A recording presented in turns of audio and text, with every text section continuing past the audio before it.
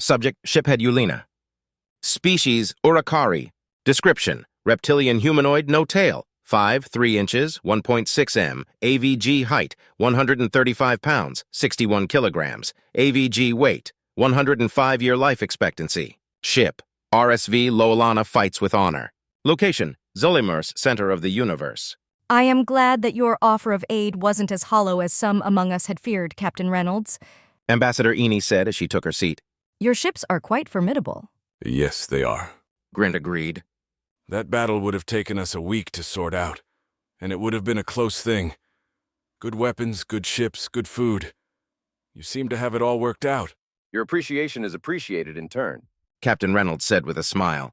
Whether he was smiling at the wordplay or the compliments was unclear, but the battle had indeed finished rather abruptly. The Omni-Union warped in and began trading fire with the defense forces. Before any ships were significantly damaged, the United Systems' 8th Fleet jumped in and immediately began picking apart the OU forces. Saying that they never stood a chance doesn't feel like the proper way to describe the wholesale dismantling of the OU fleet I had witnessed. It was like watching a group of adults expertly disarm a rowdy group of hatchlings using martial arts techniques.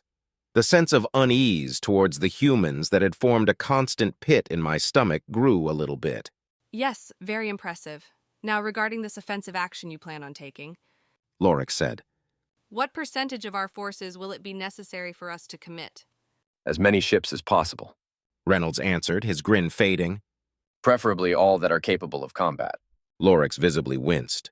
That's what was in the agreement. Eni interrupted. And it will be honored. We have 10 million ships that are combat-worthy.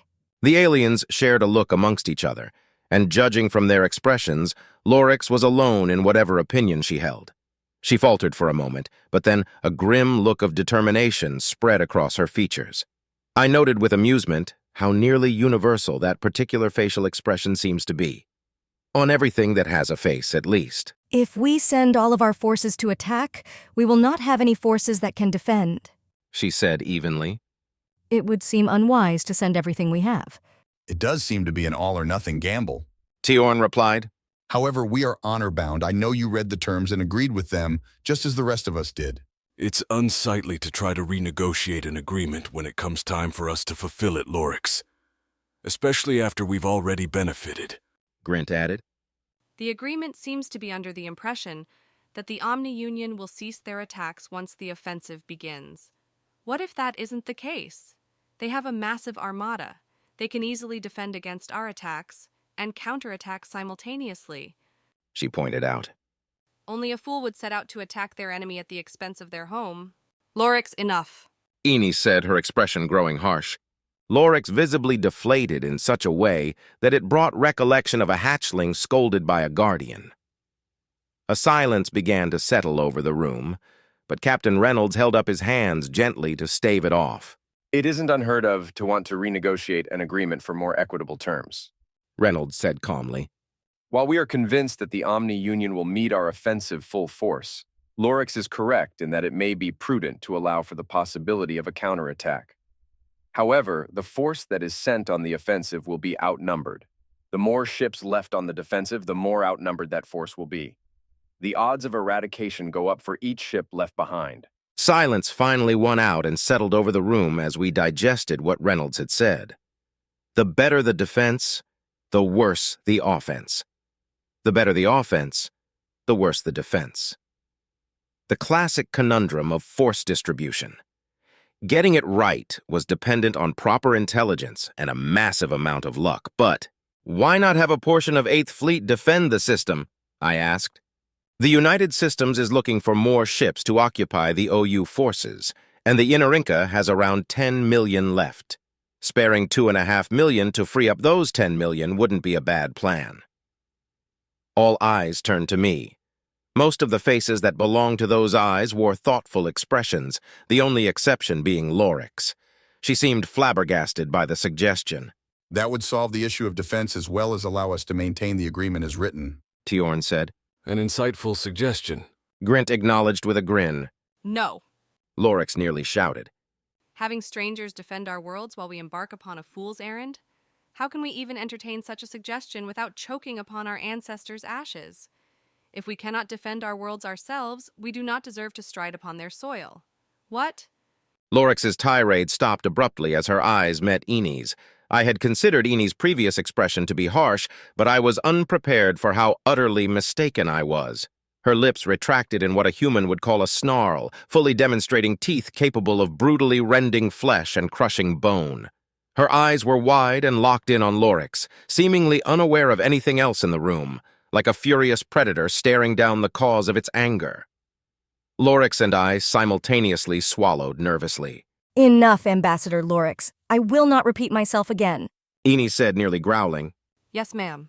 Lorix said as she averted her gaze. Enie's expression softened, and she took a moment to collect herself. If the United Systems is willing to spare a portion of 8th Fleet to defend our system, I believe that will quell our concerns, She said calmly. Understood. Reynolds replied, trying not to look amused. I'll see what we can do. Omega? What can I do for you, Captain?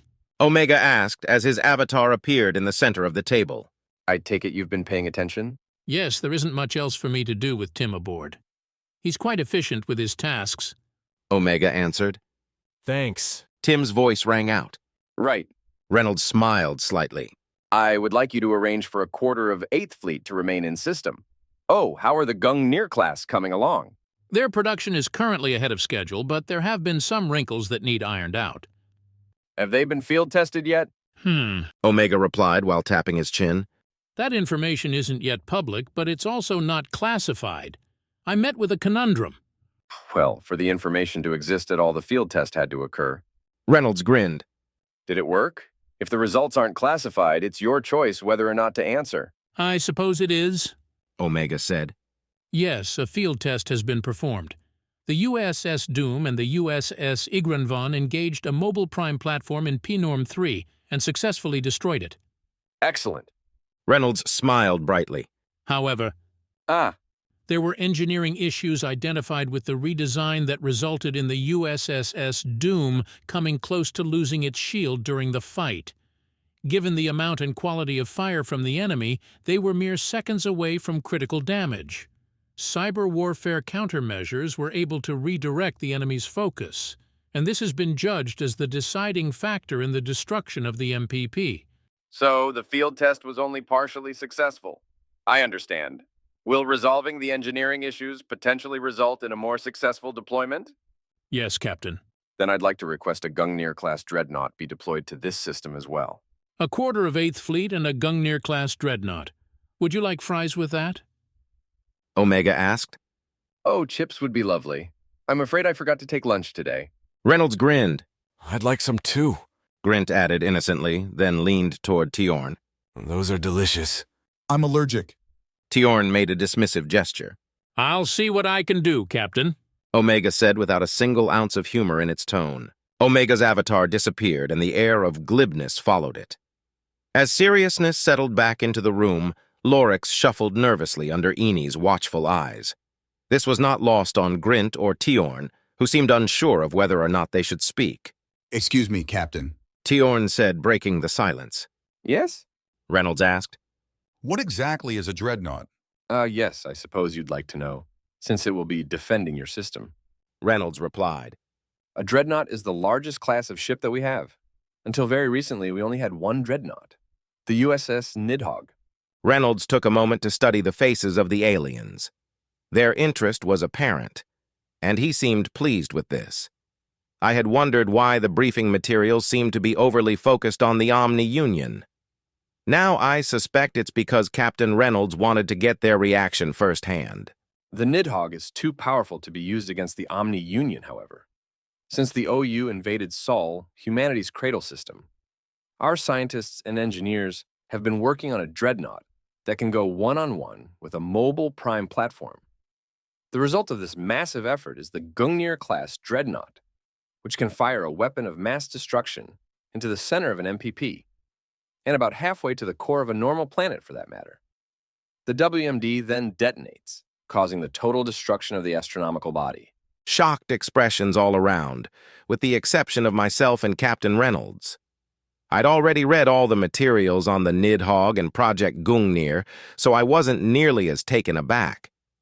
Instead of being shocked, I simply waited for them to notice what Captain Reynolds had said.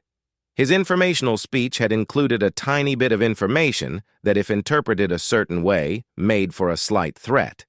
However, knowing Reynolds as I do, I'm guessing he included it in the hopes that a certain question would be asked.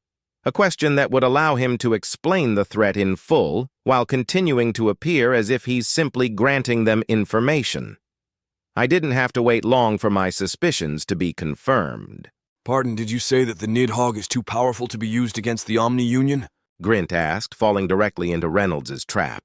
How can it be more powerful than something that can destroy a planet?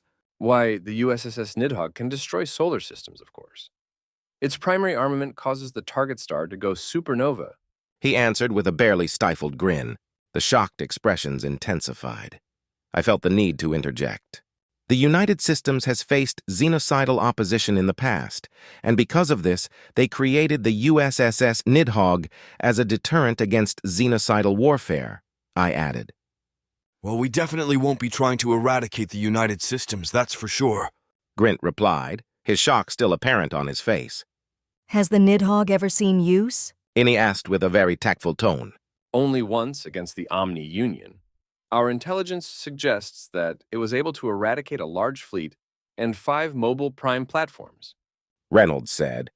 Its primary weapon has never been used against organics. What sort of secondary weapons does it have? Lorix asked, her gumption beginning to return. The same magnetic acceleration cannons that are in use aboard our battleships. The Dreadnoughts have more of these mechs than the battleships do, though, as well as better shielding and armor. Because of this, the Nidhogg has been used to destroy orbital fortresses in times of conflict. Pardon me, shiphead Ulina. Tiorn looked at me. Does the Republic have an answer for these ships? No, which is why the United Systems is leading the offensive, I answered. The Republic has never faced a xenocidal opponent before the Omni Union. Thankfully, we have been able to keep the OU out of our colonized systems, so we weren't even aware that they were xenocidal. The materials you gave us said the Republic has 250 million ships. What kind of opponents have you faced to justify a military that size? Ourselves, mainly. Our military doubles as our police. And due to agreements made at the start of the Republic, whenever one species needs to add more ships to cover shipping lanes, every other species does so as well. This is to make certain that nobody tries anything foolish. I see. Tiorn nodded as Captain Wong entered the room holding 2 containers. We all looked at the somewhat disheveled captain with expressions of confusion and surprise. He also looked confused and raised the containers slightly as if they explained something. I was told to bring these here. Tim said it was mission critical. Wong explained, slightly winded. I made it here as fast as I could. Captain Reynolds couldn't help but grin as he stood from his chair and took the containers from Wong.